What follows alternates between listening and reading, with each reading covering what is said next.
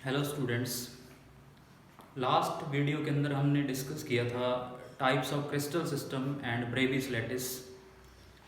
इस लेक्चर के अंदर हम डिस्कस करेंगे क्यूबिक यूनिट सेल के अंदर सिंपल क्यूबिक यूनिट सेल।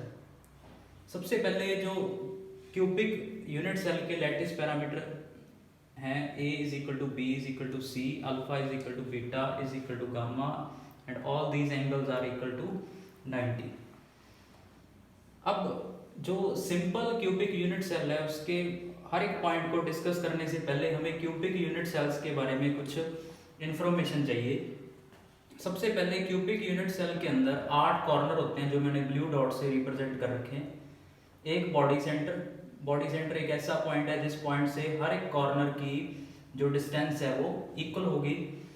इसी तरह से क्यूबिक यूनिट सेल के 6 फेस होंगे और एज 12 होंगे। अब जो किसी भी क्यूबिक यूनिट सेल का कॉर्नर होता है उस कॉर्नर पे 8 यूनिट सेल मीट करते हैं। इट मींस जो कॉर्नर वाला लैटिस पॉइंट है उसका कंट्रीब्यूशन पर यूनिट सेल को 1/8 रहेगा। अब जो एज है किसी भी क्यूबिक यूनिट सेल का वो 4 यूनिट सेल्स के साथ शेयर होगा। इट मींस कोई भी अगर लैटिस पॉइंट इस एज सेंटर पे प्रेजेंट है तो उसका कंट्रीब्यूशन 1/4 रहेगा। बॉडी सेंटर किसी के साथ शेयर नहीं होगा तो उसका कंट्रीब्यूशन 1 रहेगा।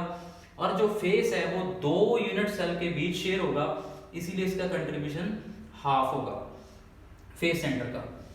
अब इसके अलावा किसी भी कॉर्नर पे यूनिट सेल के 6 एज मीट करेंगे और 12 यहाँ पे फेस मीट करेंगे डिफरेंट यूनिट सेल्स के।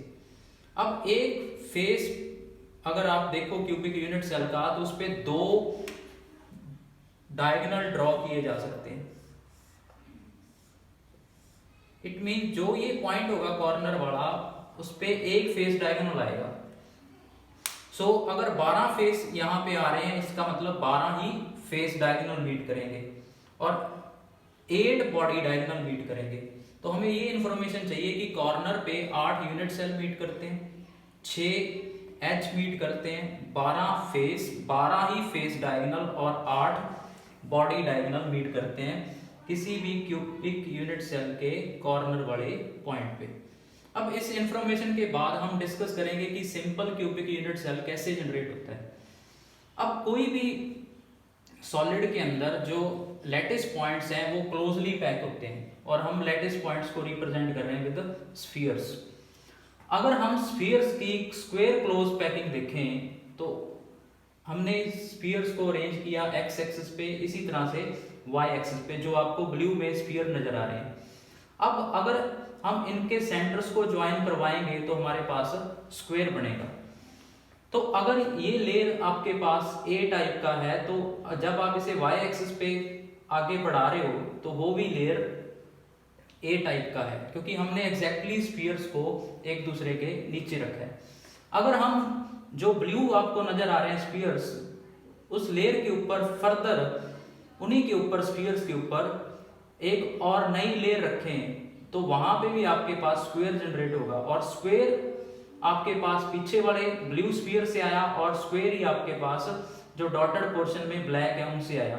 तो स्क्वायर और स्क्वायर के लैटिस पॉइंट्स को आप जब ज्वाइन करवाओगे तो आपके पास ये simple cubic unit sale generate होगा जिसके कॉर्नर्स पे लैटिस पॉइंट्स प्रेजेंट होंगे। जो कॉर्नर पे लैटिस पॉइंट्स प्रेजेंट हैं वो एक दूसरे को एक्चुअली टच कर रहे होंगे इस तरह से। तो फर्स्ट पॉइंट तो ये है कि जब आपके पास सभी जो स्फीयर है सेम टाइप के हों, means lattice point same type के हों, तब हम कुछ पॉइंट्स डिस्कस करेंगे कि पहले तो लोकेशन ऑफ लैटिस पॉइंट क्या है, कॉर्नर है। अब कॉर्नर है जो भी वो पर यूनिट सेल को 1/8 कंट्रीब्यूट करता है। टोटल 8 कॉर्नर है तो यूनिट सेल का जो total number of lattice points हैं वो आएंगे 8 × 1/8 दैट इज 1। इसको बोलेंगे हम number of lattice point per unit cell. इसे रैंक ऑफ यूनिट सेल भी कहा जा सकता है। इसके बाद जो हमने सिंपल क्यूबिक यूनिट सेल बनाया था वो स्क्वायर क्लोज पैकिंग के अंदर जो 2 डायमेंशन थी उसी के ऊपर हमने एग्जैक्टली सेम स्फीयर्स रखे तो ए टाइप की पैकिंग थी जो स्फीयर वाली, उसको जब हम एक्सटेंड करते हैं 3 डिमेंशन में तो पैकिंग बन जाता है ए टाइप। तो इससे आपके पास कौन सा यूनिट सेल जनरेट हो रहा है, simple cubic unit sale generate हो रहा है।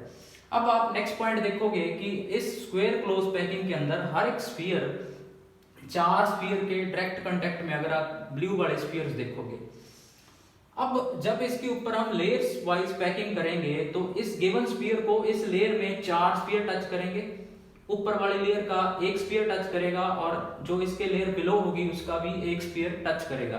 तो टोटल 4 सेम लेयर के आगे, एक इसके ऊपर वाली लेयर और एक इसके नीचे वाली लेयर, तो टोटल नंबर ऑफ स्फीयर जो एक गिवन स्फीयर को टच करेंगे वो 6 होंगे। तो इस सिंपल क्यूबिक यूनिट सेल के अंदर जो हर एक लैटिस पॉइंट है वो डायरेक्ट कांटेक्ट में है कितने स्फीयर्स के या लैटिस पॉइंट के, 6। तो सिंपल क्यूबिक यूनिट सेल के अंदर जो कोऑर्डिनेशन नंबर है वो होगा 6। नेक्स्ट पॉइंट, जो लैटिस पॉइंट्स प्रेजेंट है कॉर्नर पे वो एक दूसरे को टच कर रहे हैं। अब टच कर रहे हैं तो अगर हम एक स्फीयर की रेडियस r मान लें, सारे सेम टाइप के स्फीयर हैं तो सभी स्फीयर्स की रेडियस r होगी, तो r plus r that is equal to edge length of cubic unit cell. हम एज लेंथ को रिप्रेजेंट कर रहे हैं a से, तो a इज इक्वल टू आ गया 2r, या आप ये कह सकते हो कि रेडियस ऑफ स्फीयर आ गई r is equal to a by 2। अब सेंटर टू सेंटर डिस्टेंस, दो स्फीयर अगर टच कर रहे हैं that is distance of closest neighbour और डिस्टेंस ऑफ क्लोजेस्ट अप्रोच, तो वो सिंपलेस्ट क्यूबिक यूनिट सेल के अंदर जो d है जिसको हम डिस्टेंस ऑफ क्लोजेस्ट नेबर्स बोलते हैं वो भी किसके इक्वल है, एज लेंथ के या कह लो 2r के। तो हमारे पास रिलेशन बन गया a is equal to 2r is equal to d। Next point, अब नंबर ऑफ स्फीयर या लैटिस पॉइंट 1 है और अगर आप स्फीयर r रेडियस का लेके चल रहे हो तो स्फीयर का जो वॉल्यूम होगा एक का वो होगा 4/3 पाई r क्यूब। इट मींस पूरे सिंपल क्यूबिक यूनिट सेल के अंदर जो एटम्स प्रेजेंट हैं उनका वॉल्यूम है 4/3 पाई r क्यूब, जबकि पूरे यूनिट सेल का वॉल्यूम निकालने के लिए आपको एच लेंथ का क्यूब करना पड़ेगा। तो एच लेंथ हमने a मानना है तो volume of cubic unit cell आ गया a क्यूब। अब इससे अगला पॉइंट है packing fraction. Packing fraction means total space का कितना स्पेस एटम्स ने क्या किया है, ऑक्यूपाई किया है। Fraction of space occupied by the atoms, जो टोटल स्पेस का फ्रैक्शन है। तो एटम्स ने ऑक्यूपाई किया 4/3 पाई r क्यूब, और जो टोटल स्पेस है सिंपल क्यूबिक यूनिट सेल का वो है a क्यूब। तो दोनों की रेशियो निकालोगे तो a की वैल्यू हम पुट कर सकते हैं 2r, तो डिनोमिनेटर साइड आपके पास आ गया 8r cube. r cube cancel हो जाएगा, पाई बचेगा और एक बचेगा आपके पास, 4 से 8 कैंसिल होकर 2 आ गया, 3 × 2 6। तो पैकिंग फ्रैक्शन होगा पाई बाय 6। अगर आप इसे सॉल्व करोगे तो ये आएगा 0.524, और अगर आप इसे परसेंटेज की फॉर्म में लिखोगे तो वो आएगा 52.4%। अब जो टोटल स्पेस में से कुछ स्पेस तो एटम्स या स्फीयर्स ने या लैटिस पॉइंट्स ने ऑक्यूपाई कर लिया, बाकी जो स्पेस है ये बड़ा, ये बच गया एम्प्टी, जिसको हम बोलते हैं वॉइड्स। तो 100 में से 52.4% स्पेस की ऑक्यूपाई होगी लैटिस पॉइंट्स द्वारा। इट मींस 47.6% स्पेस किसका है, वॉइड्स का। तो वॉइड्स का वॉल्यूम कितना है, 47.6%। अब नेक्स्ट पॉइंट, जो वॉइड की पोजीशन है वो बहुत इंपॉर्टेंट पार्ट है। जब हम सिंपल क्यूबिक यूनिट सेल देख रहे हैं तो उसके सभी कॉर्नर्स पे एटम्स या लैटिस पॉइंट प्रेजेंट हैं, वो एक दूसरे को टच कर रहे हैं। तो जो वॉइड बनेगी वो बनेगी बॉडी सेंटर पे, और जो बॉडी सेंटर पे वॉइड है उसके कांटेक्ट में 8 लैटिस पॉइंट होंगे, इसीलिए इसको बोलते हैं क्यूबिकल वॉइड। तो सिंपल क्यूबिक यूनिट सेल में एक क्यूबिकल वॉइड होती है और वो वॉइड कहां पे होती है, सेंटर पे। अगर ये क्यूबिकल वॉइड कोई भी लैटिस पॉइंट आके फिल कर दे तो जो ये सिंपल क्यूबिक यूनिट सेल था वो कन्वर्ट हो जाएगा किस टाइप के सिस्टम के अंदर, बॉडी सेंटर्ड यूनिट सेल के अंदर। जैसे इसका एग्जांपल है सीजियम क्लोराइड, आगे जाके इसी के बारे में डिस्कस करेंगे। तो सीजियम बॉडी सेंटर की पोजीशन को ऑक्यूपाई कर लेगा, तो वहां पे जो सिस्टम जनरेट होगा वो बीसीसी टाइप होगा, बट बीसीसी नहीं होगा, वो आगे के पॉइंट्स के अंदर डिस्कस करेंगे। नेक्स्ट पॉइंट, जब हमने सिंपल क्यूबिक यूनिट सेल के अंदर देखा तो नंबर ऑफ एटम्स जो फिल हुए वो 1 फिल हुआ। तो एक एटम का मास कैसे निकालेंगे हम? ग्राम एटॉमिक मास को या मोलर मास को एवोगैड्रो नंबर से डिवाइड करेंगे। तो mass of one atom will be gram atomic mass और molar mass divide by Avogadro number. Number of atoms 1 है, तो टोटल मास ऑफ एटम्स हो गया m into 1 divide by n है। अब अगर हम मास को वॉल्यूम से डिवाइड कर दें, वॉल्यूम है a क्यूब, तो डेंसिटी निकालने का जो फॉर्मूला बन गया वो बन गया m divide by Avogadro number into a cube. अब जो मोस्टली मेटल्स हैं वो डेंसली पैक होते हैं, या तो उनमें BCC टाइप सिस्टम मिलेगा या उनमें FCC टाइप सिस्टम मिलेगा।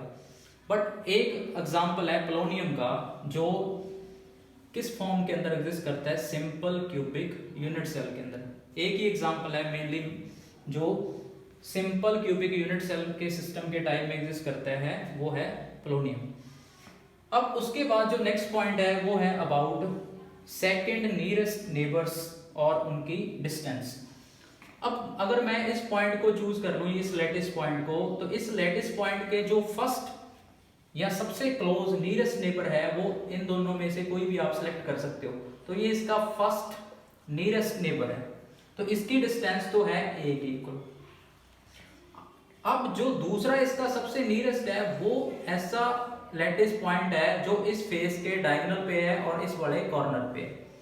अब किसी भी क्यूबिक यूनिट सेल का जो कॉर्नर होता है, कॉर्नर से लेके इस कॉर्नर तक जो फेस का डायगोनल है, इसकी डिस्टेंस होती है √2a। पाइथागोरस अगर आप अप्लाई करोगे तो a साइड है या h लेंथ है, तो ये जो फेस डायगोनल है √2a आएगा। तो सेकंड नियरेस्ट नेबर की जो डिस्टेंस होगी वो h लेंथ का √2 टाइम होगी। फर्दर अगर थर्ड नियरेस्ट नेबर निकालना हो तो थर्ड नियरेस्ट नेबर ये वाला होगा इसका, और अगर इस पॉइंट से आप इस पॉइंट को मैच कराओगे तो ये बॉडी डायगोनल पे आएगा। तो अगर थर्ड नियरेस्ट नेबर पूछा जाए तो इसकी जो डिस्टेंस होगी इस पॉइंट से वो होगी √3 टाइम्स ऑफ h लेंथ। तो फर्स्ट नियरेस्ट नेबर की डिस्टेंस a है, सेकंड नियरेस्ट नेबर की डिस्टेंस √2a है और थर्ड नियरेस्ट नेबर की डिस्टेंस √3 है। अब जो ये वाले पॉइंट्स हैं जिनको हम कहेंगे कि ये कॉर्नर वाले पॉइंट्स हैं, जहां पे हमने देखा है कि सेकंड नियरेस्ट नेबर आ रहा है, तो इनका नंबर कितना होगा? किसी भी क्यूबिक यूनिट सेल के लिए number of second nearest neighbours वो होंगे 12। कैसे? अब हमने लास्ट डिस्कस किया था कि जब एक कॉर्नर पे 8 यूनिट सेल मीट करते हैं, 6 एज 12 फेस और 12 ही फेस डायगोनल, तो ये एक तरह से फेस डायगोनल हो गया जो हमने सेकंड नियरेस्ट नेबर निकाला था। तो ऐसे फेस डायगोनल होंगे 12, it mean second nearest neighbours होंगे आपके पास 12 और उनकी जो डिस्टेंस होगी वो कितनी होगी? सेकंड नियरेस्ट नेबर की h लेंथ का √2a। तो ये सारा आपके पास था सिंपल क्यूबिक यूनिट सेल की इंफॉर्मेशन।